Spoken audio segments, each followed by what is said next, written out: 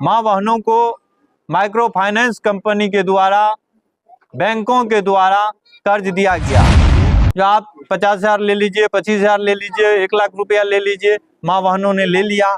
उनको यही समझा दिया कि आप समय समय पर किस्ती नहीं भरेंगे तो ऐसी स्थिति में आपका सिविल खराब हो जाएगा, और इस डर के नाते उन्होंने दूसरा लोन ले लिया। सैकड़ों मां बहनें ने अभी तक में आत्महत्या कर लिए हैं। हजारों मां बहनें ने अपना घर द्वार छोड़ करके भाग के जा रहे हैं। कहीं किसी परिवार में किसी सदस्य का मृत्यु हो जाता है, वह परिवार उसके दाह संस्कार में लगे रहते हैं, लेकिन उस लाश को वहीं रोक देता है, कहता पहले हमारा किस्ती दीजिए। ये जो ऐसे 35 उद्योगपतियों का तकरीबन 25 लाख करोड़ रुपया कर्ज अगर माफ किया गया है, तो बिहार के मां बहनों के द्वारा, गरीब किसान के द्वारा तकरीबन 8.5 लाख करोड़ रुपया कर्ज लिया गया है, उसका क्यों नहीं माफ होना चाहिए। जो लोन माफी आंदोलन के जरिए मैं स्पष्ट तौर पर आप लोगों को बता दूं कि आज मां बहने की जो स्थिति है, किसान मजदूर की जो हालात है, वो बहुत ही दयनीय है, आर्थिक रूप से नाजुक है। इन तमाम परिस्थिति को देखने के बाद और इनके ऊपर माइक्रो फाइनेंस कंपनी के द्वारा हो रहे अत्याचार, जुल्म और इनके मान और सम्मान के साथ किए जा रहे खिलवाड़ के मद्देनजर लोन माफी आंदोलन की शुरुआत की गई है। यह लोन माफी आंदोलन का शुरुआत भले ही बिहार के सुपौल जिला से हुआ हो, लेकिन यह आंदोलन आज बिहार, झारखंड, उत्तर प्रदेश, मध्य प्रदेश, महाराष्ट्र, दिल्ली और भी दक्षिण भारत में भी फैल चुका है। सर, लोन माफ किस किस प्रकार की कंपनियों का होगा? ये लोन माफी आंदोलन के जरिए 5 प्रकार के लोन को हम लोगों ने शामिल किया है। पहला किसानों का केसीसी लोन है। किसान जो अपने खेती करने के लिए लोन लेते हैं, कर्ज लेते हैं, लेकिन कोरोना की मार, बाढ़ और सुखाड़ के कारण किसान को जिस रूप में फसल का आमदनी होना चाहिए था वो नहीं हुआ। किसान की हालत आज दयनीय है, बदतर है। इसीलिए हम लोगों ने किसान के केसीसी ऋण को माफ करने के लिए लोन माफी आंदोलन के दायरे में रखा है। दूसरा जो लोन है वह महिलाओं का समूह लोन है। मां बहनों को माइक्रो फाइनेंस कंपनी के द्वारा, बैंकों के द्वारा कर्ज दिया गया। एक मां बहनों को 3 कर्ज अधिकतम देना था। तमाम मापदंड को दरकिनार करते हुए मां बहनों को माइक्रो फाइनेंस कंपनी के द्वारा लोन दिया गया। फिर यह कहा गया उनके साथ जो आप 50,000 ले लीजिए, 25,000 ले लीजिए, 1 लाख रुपया ले लीजिए। मां बहनों ने ले लिया। उनको यही समझा दिया गया जो 1 महीना पर, 15 दिन पर किस्ती तौर पर दे देना है, आपको बहुत आसान है दीदी, ले लीजिए। मां बहन उतना समझ नहीं पाए। ग्रामीण परिवेश की महिलाएं हैं, पढ़ी लिखी उतनी नहीं है, उन्होंने उतना समझाने, उनको लगा जो हम 25,000 50,000 रुपया कर्ज ले लेते हैं, अपना हम छोटे व्यवसाय करेंगे, धंधा करेंगे और उससे हमारा परिवार का उन्नति होगा, परिवार में सुख समृद्धि आएगी। लेकिन वो 25-50,000 रुपया लिए, किसी माँ बहने के हालात खराब हो गए, कोई बीमार पड़ गए, किसी में घर में कई तरह की तकलीफें हो गई। कई ने पैसा जिस टाइम लिए उस टाइम कोरोना के लेकर के लॉकडाउन हो गया, उसका धंधा नहीं चल सका, और कई बार और सुखाड़ की भी आफत और परिवार में भी तंगी के कारण, बीमारी के कारण वो अपना उद्योग धंधा में व्यवसाय करने में सफल नहीं हो सका। सर, तकरीबन ऐसे माँ बहनों को यह डराया गया, ऐसे कहा गया जो इसमें अगर आपका ठीक नहीं रहेगा एनपीए में चला जाएगा, अगर आपका सीआर ठीक नहीं रहेगा, आप समय समय पर किस्ती नहीं भरेंगे तो ऐसी स्थिति में आपका सिविल खराब हो जाएगा। और इस डर के नाते उन्होंने दूसरा लोन ले लिया। दूसरा लोन से इसका सिविल ठीक करने ले, दूसरा का तगेदा वजह से तीसरा ले लिए। इसी तरह से 5, 10, 6 ऐसे करके माँ बहनों ने कर्ज ले लिया।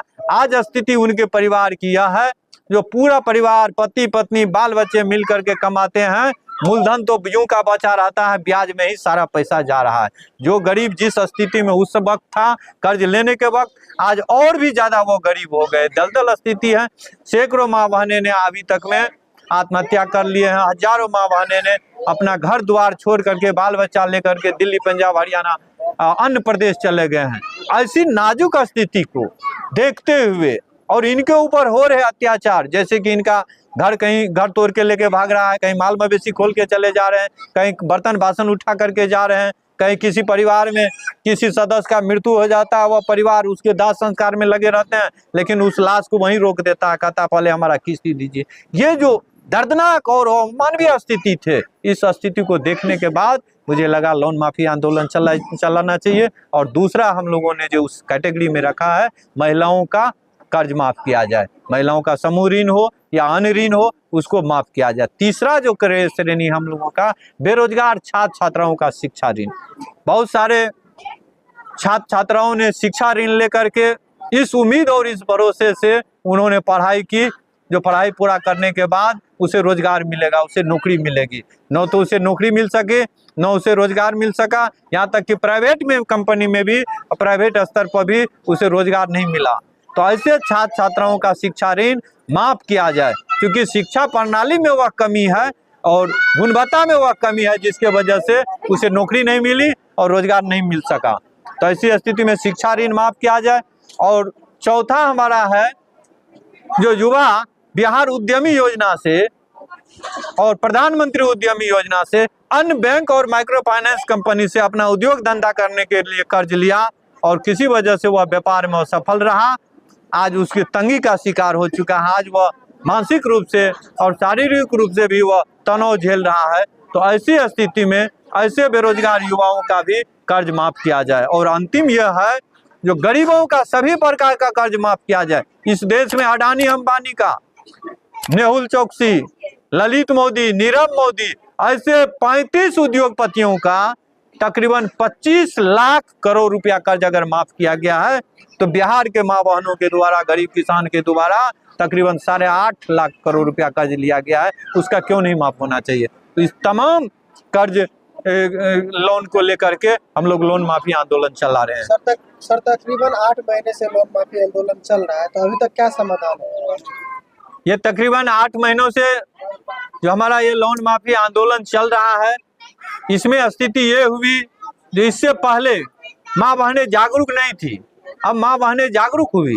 जागरूक होने के बाद जो माइक्रो फाइनेंस कंपनी के स्टाफ आकर के इनके साथ अत्याचार करते थे, उनसे ये अपना परिचय पत्र मांगते हैं, DRA लाइसेंस मांगते हैं, ऑथोरिटी लेटर, बैंक का ऑथोरिटी लेटर रिंग वसूली के लिए मांगते हैं। और ये जब मांगते हैं और उस कंपनी के पास नहीं रहता है, तो आज आप देखे होंगे DRA training, maximum company DRA training करवाने लगे हैं। वो अपने स्टाफ को वो ट्रेन करने रह रहे हैं, उसको कैसा व्यवहार करना चाहिए, क्या करना चाहिए। और जितने 10 बजे रात, 12 बजे रात में भी आकर के जो बैठते थे, उनके साथ गाली गलौज करते थे, उनके इज्जत और आबरू के साथ खिलवाड़ करते थे। लेकिन माँ बहनों के जागरूक होने के बाद ये लोन माफी आंदोलन के लगातार प्रयास के वजह से और मीडिया साथियों के सहयोग के कारण अब माँ बहनों में जागरूकता आई है और उनमें अत्याचार की भी कमी हुई है। वो अपने अधिकार को जाने हैं। अगर किन्हीं को पैसा नहीं है उपलब्ध, तो छोड़ करके, घर छोड़ करके दिल्ली, पंजाब, हरियाणा नहीं जा रहे हैं और भर दिन खेत खलियान में नहीं बैठ रहे हैं, आत्महत्या नहीं कर रहे हैं, बल्कि कानूनी तौर पर और अपनी सूझबूझ से अपने हक और अधिकार का उपयोग करके अपना बचाव कर रही है। सर, आप पिछले 8 महीने से लोन माफी आंदोलन चला रहे हैं, और कब तक चलाने का मकसद लेकर रखे हैं? ये लोन माफी आंदोलन तो हमारा तब तक चलता रहेगा जब तक लोन माफी की घोषणा सरकार नहीं करती है। आज सरकार लोन माफी की घोषणा कर दे तो हम सरकार का स्वागत करेंगे और तमाम माँ बहनों को भी हम कहेंगे जो सरकार का अभिनंदन करने का काम करे। बिहार सरकार और भारत सरकार कर्ज मुक्ति की घोषणा नहीं करता है, कर्ज माफी की घोषणा नहीं करता है, और माँ बहनें, किसान, मजदूर, गरीब भाइयों का कर्ज माफ नहीं करता है, तब तक हमारा ये लोन माफी आंदोलन अनवरत चलता रहेगा, पूरे देश में चलता रहेगा। सर, परिचय? मेरा परिचय डॉक्टर अमन कुमार है, हम सुपौल जिला के वासी हैं, लोरिक विचार मंच के प्रदेश संयोजक हैं, लोहिया यूथ ब्रिगेड के भी हम प्रदेश अध्यक्ष हैं और लोन माफी आंदोलन के सूत्रधार हैं। मेरे द्वारा ही लोन माफी आंदोलन चलाया गया।